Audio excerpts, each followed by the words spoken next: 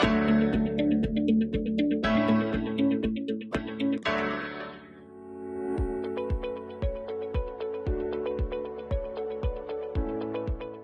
students, welcome to the session of Social Science. Today we are going to explore a new chapter of class 10th Geography called Agriculture. And today's session we will be going to explore more about farming and its type. I am sure agriculture के बारे में आप सब ने बचपन से लेकर अब तक बहुत सारी इंफॉर्मेशन गैदर की होगी, फिर चाहे वो साइंस हो या सोशल साइंस हो। अब देखना ये है कि ये सारी इंफॉर्मेशन को हम अलाइन कैसे करते हैं। तो चलिए अब हम इन सारी इंफॉर्मेशन को अलाइन करते हैं और साथ ही साथ अपनी नॉलेज को कंस्ट्रक्ट करते हैं एक सिस्टमेटिक मैनर में। पर उससे पहले आपकी छोटी सी टेस्टिंग कर लेते हैं।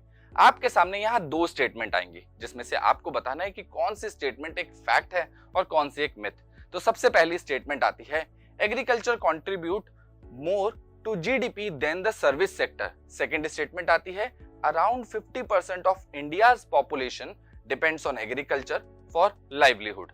अब आप मुझे बताइए इनमें से कौन सी स्टेटमेंट एक फैक्ट है। बिल्कुल ठीक सोचे आप, सेकंड स्टेटमेंट, क्योंकि अगर हम पहली स्टेटमेंट की बात करें तो जीडीपी में सबसे ज्यादा कंट्रीब्यूशन ही सर्विस सेक्टर का आता है। तो चलिए अब हम थोड़ा सा एग्रीकल्चर को ज्यादा एक्सप्लोर करने की कोशिश करते हैं।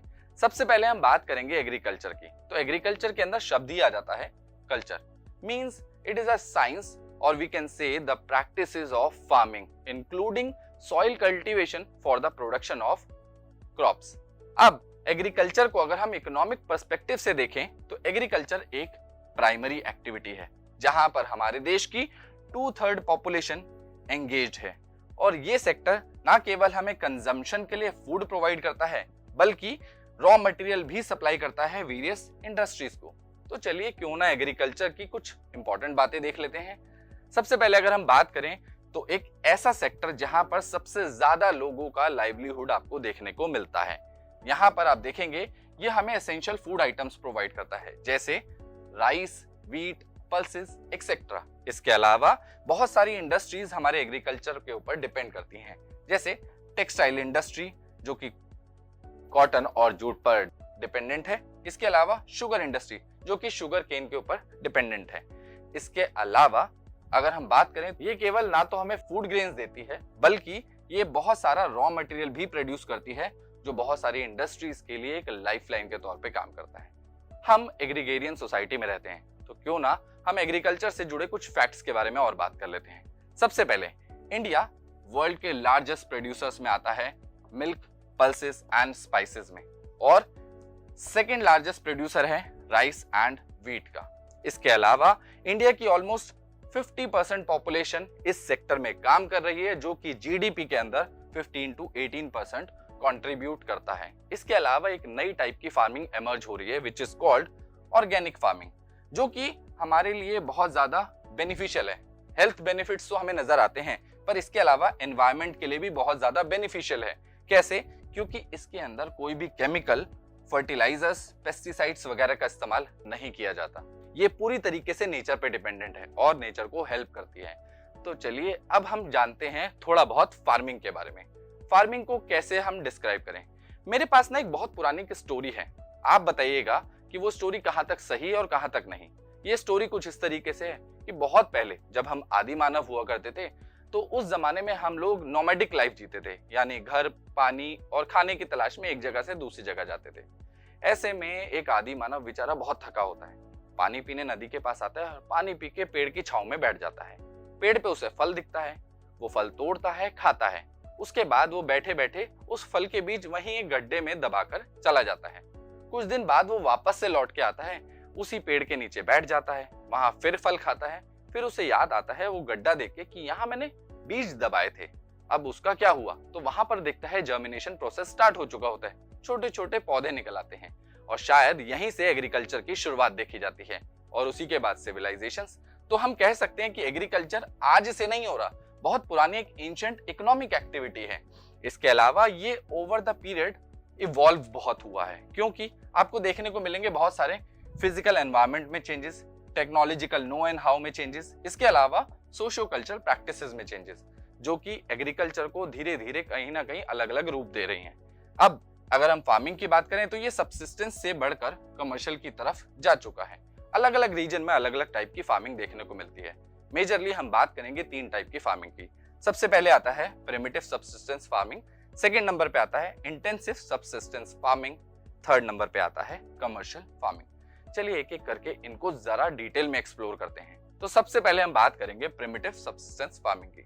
जैसा कि नाम में ही आ रहा है प्रिमिटिव, तो ये पुराने तौर तरीकों से की जाएगी। ये एक ऐसी टाइप की एग्रीकल्चर होती है जहां पर आप देखेंगे छोटे छोटे पैचेस में की जाती है। इंडिया के बहुत सारे रीजन्स में इसे किया जाता है। ये रिमोट एरियाज में, फॉरेस्ट एरियाज में और हिली रीजन में बहुत ज्यादा देखने को मिल जाती है। यहाँ पर बहुत छोटे छोटे पैचेस में एग्रीकल्चर होता है जहां पर आप देखेंगे प्रिमिटिव टूल का इस्तेमाल होता है, जैसे हो, दाव, डिगिंग स्टिक एक्सेट्रा। इसके बाद हम देखते हैं कि ये लोग पूरी तरीके से नेचर पर डिपेंड करते हैं। फिर चाहे इरिगेशन हो, इरिगेशन के लिए मॉनसून, नेचुरल सॉइल फर्टिलिटी के लिए नेचर और सुटेबल एनवायरमेंटल कंडीशंस पे। यहाँ पर हम देखते हैं कि सॉइल फर्टिलिटी कभी कभी लूज हो जाती है तो ये अगले पैच पर शिफ्ट कर जाते हैं और यहीं से इसका एक एक्सटेंसिव रूप निकल कर आता है स्लैश एंड बर्न के तौर पे। स्लैश एंड बर्न में आप देखते हैं छोटे से पैचेस को क्लियर किया जाता है, वहीं पर प्रैक्टिस की जाती है फार्मिंग की और उसके बाद जब वो पैच लूज करने लगता है फर्टिलिटी को तो फिर नए पैच पे शिफ्ट कर दिया जाता है। तो आप देखते हैं कि फार्मर छोटा सा लैंड का पैच क्लियर करते हैं, कल्टीवेट करते हैं कुछ सीजन्स तक और जैसे ही वो पैच अपनी फर्टिलिटी लूज कर देता है तो ये नए पैच पे शिफ्ट कर जाते हैं। यहाँ पर आप देखेंगे कि जो लैंड होती है जो उसको छोड़ दिया जाता है वो अपनी फर्टिलिटी को रीगेन तो कर लेती है पर प्रोडक्टिविटी बाद में लो ही रहती है और ये एक ऐसी प्रैक्टिस है जो इंडिया के अलग अलग इलाकों में की जाती है। फॉर एग्जाम्पल इसे झूमिंग कहा जाता है नॉर्थ ईस्ट में, जैसे कि असम, मेघालय, मिजोरम और नागालैंड। इसके अलावा आप देख सकते हैं कि कितने सारे इलाकों में इसे अलग अलग नामों से जाना जाता है। फॉर एग्जाम्पल हिमालयन बेल्ट की बात करें तो वहां इसे खिल कहा जाता है और ये प्रैक्टिस न केवल इंडिया में बल्कि ग्लोबल लेवल पे भी की जाती है, जहां आप देखेंगे कि मैक्सिको और सेंट्रल अमेरिका में इसे मिल्पा कहा जाता है, वहीं वियतनाम में इसे रे कहा जाता है। तो आप देख सकते हैं कि कैसे अलग अलग इलाकों में जो फार्मिंग की टाइप है उसके नाम बदल जाते हैं। अब हम चलते हैं अपने नेक्स्ट टाइप की फार्मिंग पे। फार्मिंग का नाम है इंटेंसिव सबसिस्टेंस फार्मिंग। जैसा कि नाम में ही इंटेंसिव है तो ये एक ऐसी टाइप ऑफ फार्मिंग है जहां पर पॉपुलेशन का प्रेशर एग्रीकल्चर के ऊपर देखने को मिलता है। हम यहाँ देखें तो ये एक ऐसे एरिया में प्रैक्टिस की जाती है जहां पर पॉपुलेशन का प्रेशर बहुत ज्यादा हाई होता है लैंड पर। इसी वजह से आप देखेंगे कि यहाँ पर जो लैंड का साइज है वो कंपैरेटिवली प्रिमिटिव से बड़ा होता है। इसके अलावा ये लेबर इंटेंसिव होती है, यानी घर की लेबर से काम नहीं चलता। प्रिमिटिव सबसिस्टेंस में घर की लेबर ही काम करती थी, यहाँ पर आपको बहुत सारी लेबर को हायर भी करना पड़ता है। इसके अलावा बहुत ज्यादा हैवी यूज देखने को मिलेगा बायोकेमिकल इनपुट्स का और इरिगेशन का। इसके अलावा यहाँ पर एक बहुत बड़ी प्रॉब्लम भी हमें देखने को मिल रही है, that is small land holding due to the division through inheritance. For example एक किसान है जिनके पास एक लैंड है, वो है 8 एकड़ का। अब इनके 2 बच्चे होते हैं तो ये लैंड डिवाइड हो जाता है। लैंड डिवाइड होगा 4 एकड़, 4 एकड़ एंड देन इनके फर्दर होते हैं बच्चे, देन ये लैंड और छोटा होता जाता है। आप देखेंगे 2 2। अब प्रॉब्लम यहाँ नहीं है, प्रॉब्लम यहाँ है कि वो चाहता है कि इस लिमिटेड लैंड के साथ भी काम करके जो प्रोडक्टिविटी है वो मैक्सिमम रहे, जिसकी वजह से हैवी यूसेज आपको देखने को मिलता है केमिकल फर्टिलाइजर्स और पेस्टिसाइड्स का, जो कहीं ना कहीं एग्रीकल्चर को बहुत ज्यादा नुकसान पहुंचा रहे हैं, साथ ही साथ एनवायरनमेंट को भी। इसके बाद अगर हम देखें तो ये एग्रीकल्चर कहां कहां पर प्रैक्टिस किया जाता है। सबसे पहले Uttar Pradesh, Bihar, West Bengal, Tamil Nadu, Punjab and Haryana. But हम ये भूल नहीं सकते कि ये जो फार्मिंग है वो बहुत ज्यादा इंपॉर्टेंट है। क्यों?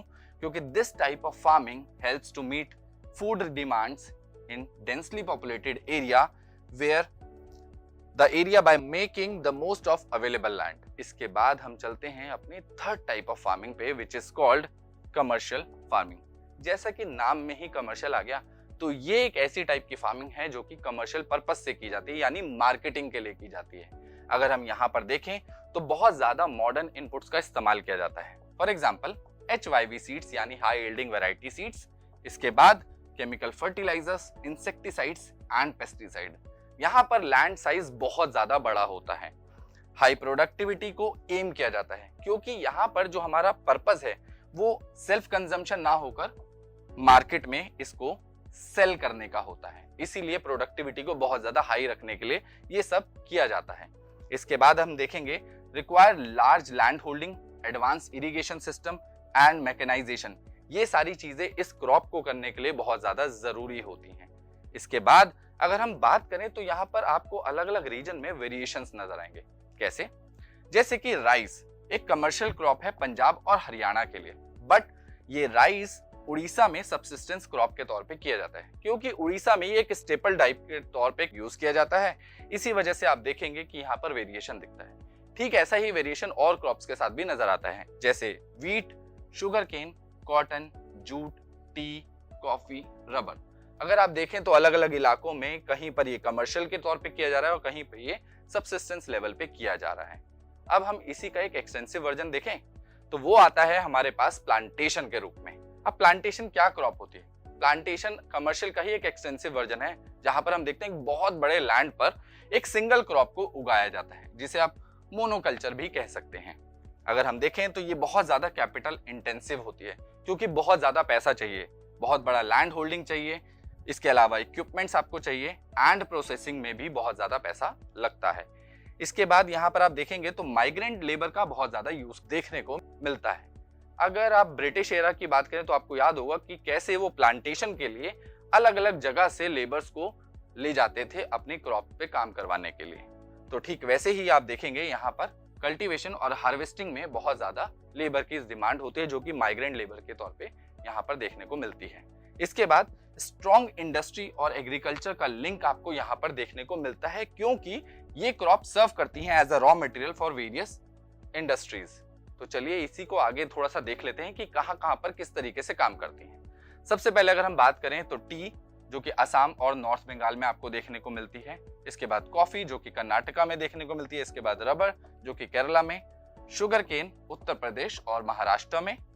बनाना तमिलनाडु और महाराष्ट्र में। तो ये सारी इस तरीके की क्रॉप्स हैं जो कि प्लांटेशन में सबसे ज्यादा यूज की जाती हैं। अब यहाँ पर एक चीज बहुत इंपॉर्टेंट है, वो है इंफ्रास्ट्रक्चर की डिमांड। क्योंकि ये सारी क्रॉप इंडस्ट्रीज में जानी है, तो सबसे इंपॉर्टेंट होगा यहाँ पर ट्रांसपोर्टेशन। ट्रांसपोर्टेशन हेल्प करता है moving this crop from the plantation to the market. और दूसरी चीज है communication, which help in connecting to the processing industries. तो आपने देखा कि किस तरीके से कमर्शियल क्रॉप्स का एक एक्सटेंसिव वर्जन जो कि प्लांटेशन है, वो कहीं ना कहीं एग्रीकल्चर को इंडस्ट्रीज के साथ बहुत खूबसूरती के साथ जोड़ता है, और उसमें सबसे इंपॉर्टेंट रोल प्ले करते हैं इंफ्रास्ट्रक्चर। तो अब आपने देखा कि किस तरीके से जो फार्मिंग की प्रैक्टिसेस हैं वो हमारी टाइम के साथ इवॉल्व हुई हैं। हो सकता है आने वाले 10-20 सालों बाद आपको एक नई प्रैक्टिस देखें, तो उसे नोट डाउन कीजिएगा। अभी फिलहाल आपके लिए एक छोटा सा क्वेश्चन लेके आया हूं, that is define agriculture, why have cultivation methods change significantly over the year. Example use करना मत भूलना। मैं मिलता हूं आपसे किसी और ऐसे ही इंफॉर्मेटिव सेशन में। Till then keep learning and keep smiling.